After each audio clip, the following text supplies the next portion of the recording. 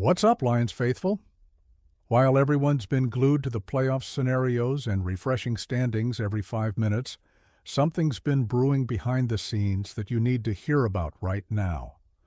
I'm talking about moves that could reshape our offensive line for years to come, decisions being made in war rooms that most people aren't even paying attention to yet.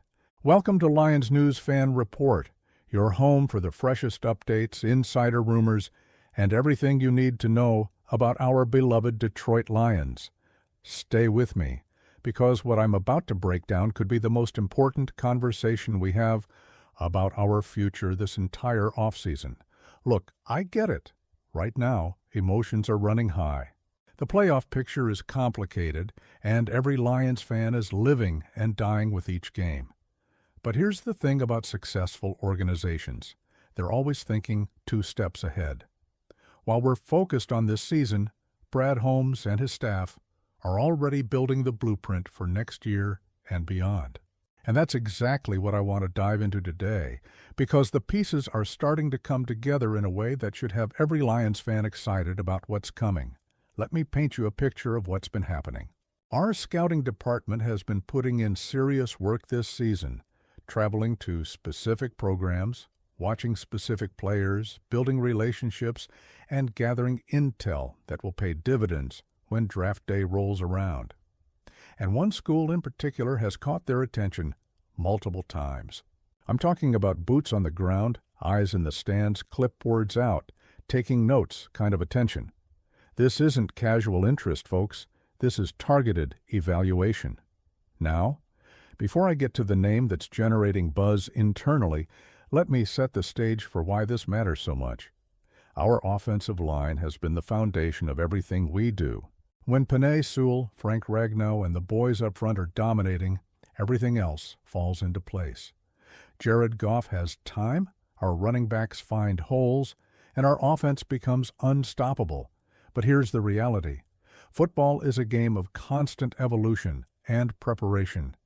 You can't just assume everyone stays healthy. Everyone re-signs. Everyone performs at peak level forever. You need depth. You need competition. And you need young talent developing in the pipeline. That's where draft strategy becomes absolutely critical. Brad Holmes has shown us time and time again that he knows how to identify talent, especially in the trenches. Look at what he's done with our roster construction. The man has an eye for building through the draft, finding value where others miss it, and developing players into legitimate starters. And right now, based on the intel we're getting, he's zeroing in on another piece that could fit perfectly into our system, Auburn. That's the school I'm talking about. The Lions have made multiple trips to watch Auburn this season, and that's not a coincidence.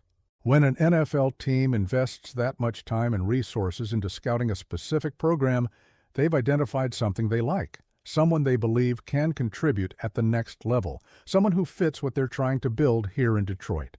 And the more I've dug into this, the more convinced I am that we're looking at a potential solution for a position of need that not everyone is talking about yet. Here's what makes this so intriguing. Connor Lew, who many had projected as a top offensive line prospect from Auburn, suffered a torn ACL. That's devastating for him personally, and it likely means he's staying in school another year to prove he's fully healthy. But here's the thing about deep scouting trips. You don't fly across the country to watch just one player. You're evaluating the entire program, looking at multiple prospects, and when your primary target goes down, you pivot to the next guy on your board. And that next guy? His name is Xavier Chaplain. Now, if you're not familiar with Chaplain, let me introduce you to someone who could become a household name in Detroit very soon. We're talking about an offensive tackle with legitimate starting potential at the next level. Not a project, not a guy who needs 3 years to develop, but someone who could come in, learn the system, compete for playing time, and eventually take over a starting role on the left side.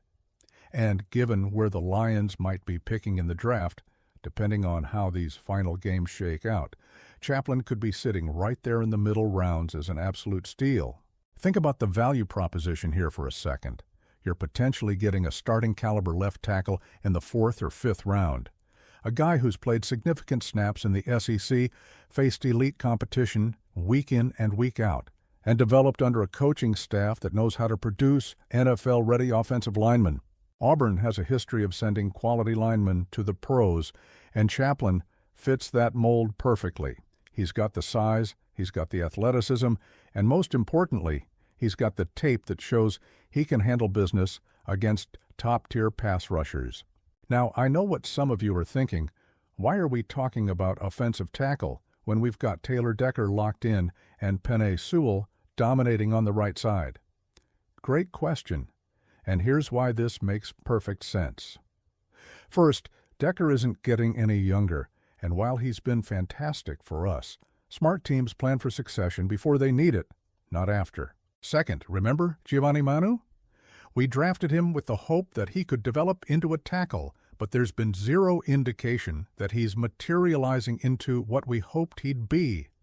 So having another young tackle in the pipeline isn't redundant, it's smart roster management. And here's where it gets even more interesting from a strategic standpoint: versatility.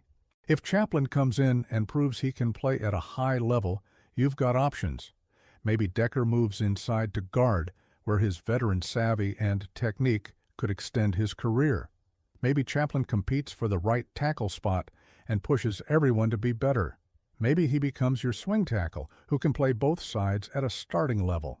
The point is, you can never have too much quality depth on the offensive line, especially when you're trying to compete for championships. Let me give you some context about what Brad Holmes has been building here. Since he took over as general manager, he's been methodical about constructing this roster. He's not chasing big names in free agency just to make headlines. He's identifying value, drafting well, developing players, and creating sustainable success. That's how you build a perennial contender, not a one-year wonder.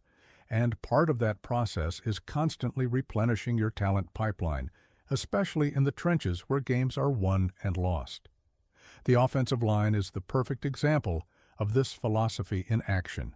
We've invested high picks in guys like Sewell and Ragnow, mid-round picks on developmental prospects, and we've brought in veteran free agents to fill specific roles.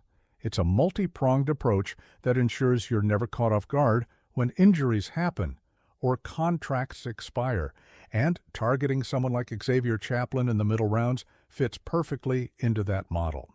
You're getting a high upside prospect without breaking the bank in terms of draft capital. Now, let's talk about what Chaplain brings to the table specifically. From watching his tape, you see a player who understands leverage, who plays with good hand placement, and who has the foot speed to mirror edge rushers in pass protection. Those are the foundational skills you need at tackle in the NFL. Can he improve? Absolutely.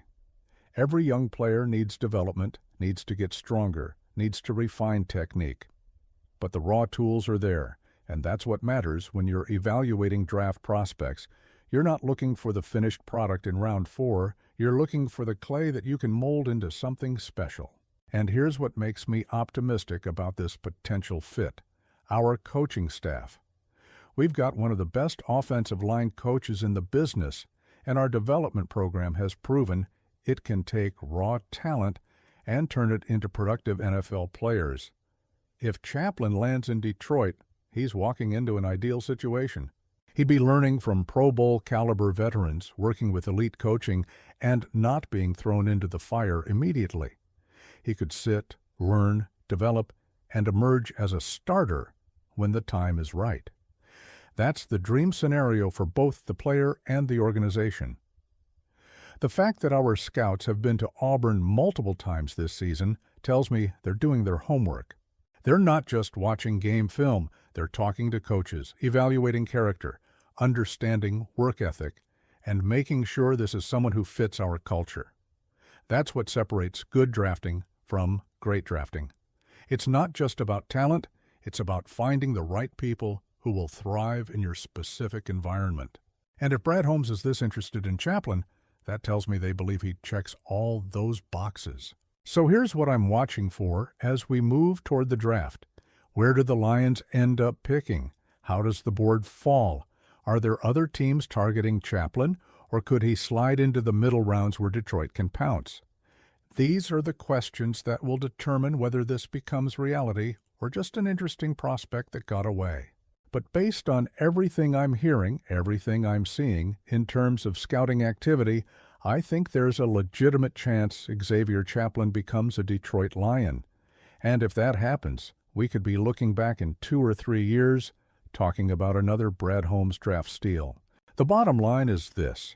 While everyone's focused on the present, on playoff scenarios and this week's game, the real championship-caliber organizations are building for sustained success. They're identifying talent before everyone else catches on. They're planning for contingencies, and they're constantly improving the roster. That's what the Lions are doing with prospects like Xavier Chaplain. This is how you stay competitive year after year, how you avoid rebuilds, and how you create a dynasty rather than a flash in the pan. So, Lions fans, that's the scoop on Xavier Chaplain and why he should be on your radar heading into draft season. This could be a move that pays dividends for years to come. Another example of Brad Holmes working his magic in the draft, and potentially our left tackle of the future developing right under our noses. I'm excited about this possibility, and you should be too. Now, I want to hear from you. What do you think about targeting Xavier Chaplain in the draft? Do you believe we need to invest more resources in offensive line depth? Would you rather see us go after edge rushers or secondary help instead?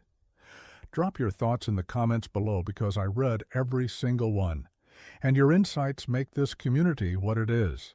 If you enjoyed this breakdown and want to stay ahead of the curve on all things Lions, smash that like button and subscribe to Lions News Fan Report. Hit that notification bell so you never miss an update, because I'm bringing you the insider information, the draft analysis, and the roster breakdowns that you won't find anywhere else.